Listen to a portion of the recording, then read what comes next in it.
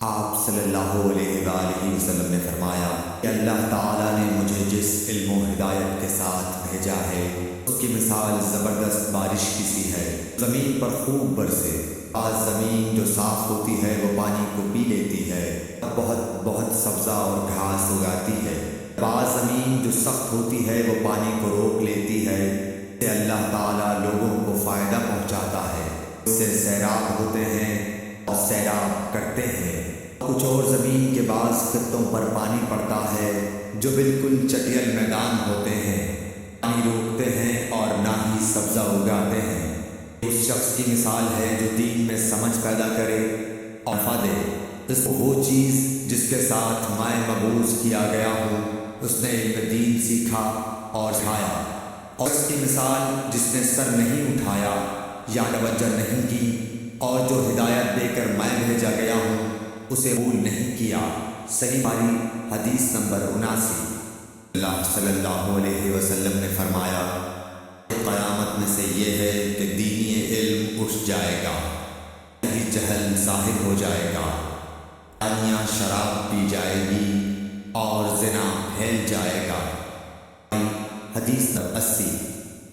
صلی اللہ علیہ وآلہ وسلم نے فرمایا کہ قیامت میں سے یہ ہے کہ علم دین کم ہو جائے گا، ہو جائے گا، زنا کثرت ہوگا، عورتیں جائیں گی اور مرد کم ہو جائیں گے، حتیٰ 50 عورتوں کا نگران صرف ایک مرد رہ جائے گا۔ حدیث نمبر 81۔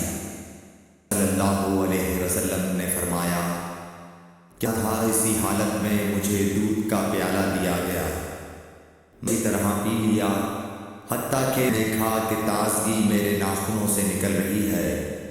پھر میں جا ہوا دودھ عمر بن الخطاب کو دے دیا۔ صحابہ نے پوچھا آپ نے اس کی تعبیر لی؟ آپ صلی اللہ علیہ وسلم نے فرمایا علم۔ حدیث نمبر 82۔ رسول اللہ صلی اللہ علیہ وسلم لوگوں کے دریافت کرنے کی وجہ سے مینا میں ٹھہر گئے تو ایک شخص اور اس نے کہا میں بے خبری میں ذبح کرنے سے پہلے سر مڈا لیا۔ آپ صلی اللہ علیہ وسلم نے فرمایا اب ذبح کر لیں اور کچھ حرج نہیں۔ پھر دوسرا اس نے کہا کہ میں نے بے خبری میں رمی کرنے سے پہلے قربانی کر لی۔ آپ صلی اللہ علیہ وسلم نے فرمایا اب رمی کر لے اور پہلے کر دینے سے کچھ حرج نہیں۔ ابن عمر کہتے ہیں اس دن آپ صلی اللہ علیہ وسلم سے جس چیز کا بھی سوال ہوا جو کسی نے آگے اور پیچھے کر لی تھی تو آپ صلی اللہ علیہ وسلم نے یہی فرمایا کہ اب کر لے اور کچھ حرج نہیں۔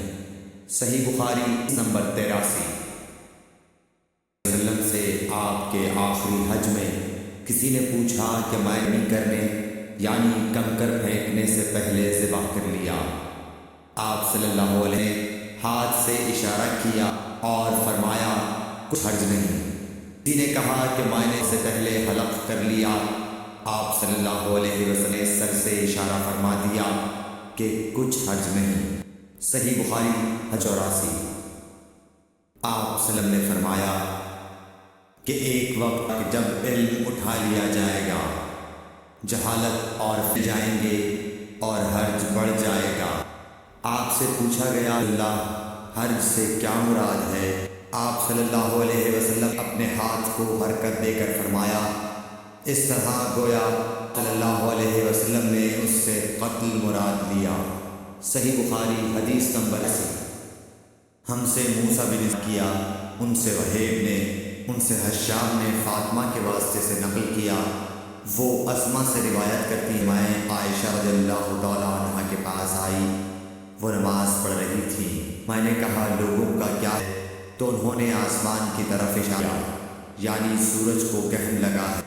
اتنے میں لوگ نماز کے لیے گئے۔ حضرت عائشہ رضی اللہ تعالیٰ عنہ نے کہا اللہ پاک ہے۔ میں کہا کیا یہ گہن کو نشانی ہے؟ انہوں نے سر سے اشارہ کیا یعنی ہاں۔ پھر میں نماز کے لیے کھڑی ہو گئی حتیٰ کہ مجھے غش آنے لگا، میں اپنے سر پر پانی ڈالنے لگی۔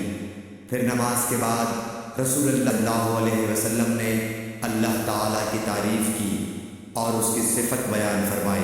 پھر فرمایا جو چیز مجھے دکھلائی نہیں گئی تھی وہ سب اس جگہ میں نے دیکھ لی، یہاں تک کہ جنت اور دوزخ دیکھ لیا، اور مجھ پر یہ وحی کی گئی اپنی قبروں میں آزمائے جاؤ گے۔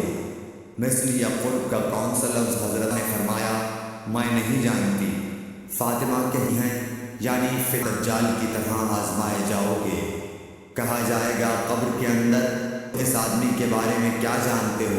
تو جو صاحب ایمان یا صاحب یقین، کون سا لفظ فرمایا حضرت اسماء نے؟ مجھے یا نہیں۔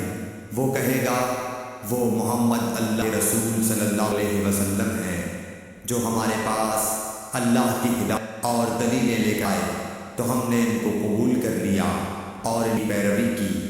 وہ محمد صلی اللہ علیہ وسلم ہے۔ 3 بار اسی طرح کہے گا، پھر کہہ دیا جائے گا کہ آرام سے سو، بے شک ہم نے جان لیا کہ تو محمد صلی اللہ علیہ وسلم پر یقین رکھتا تھا، اور بہرحال منافق یا شکی، میں نہیں جانتی کہ اسے کون سا لفظ حضرت اسماء نے استعمال کیا۔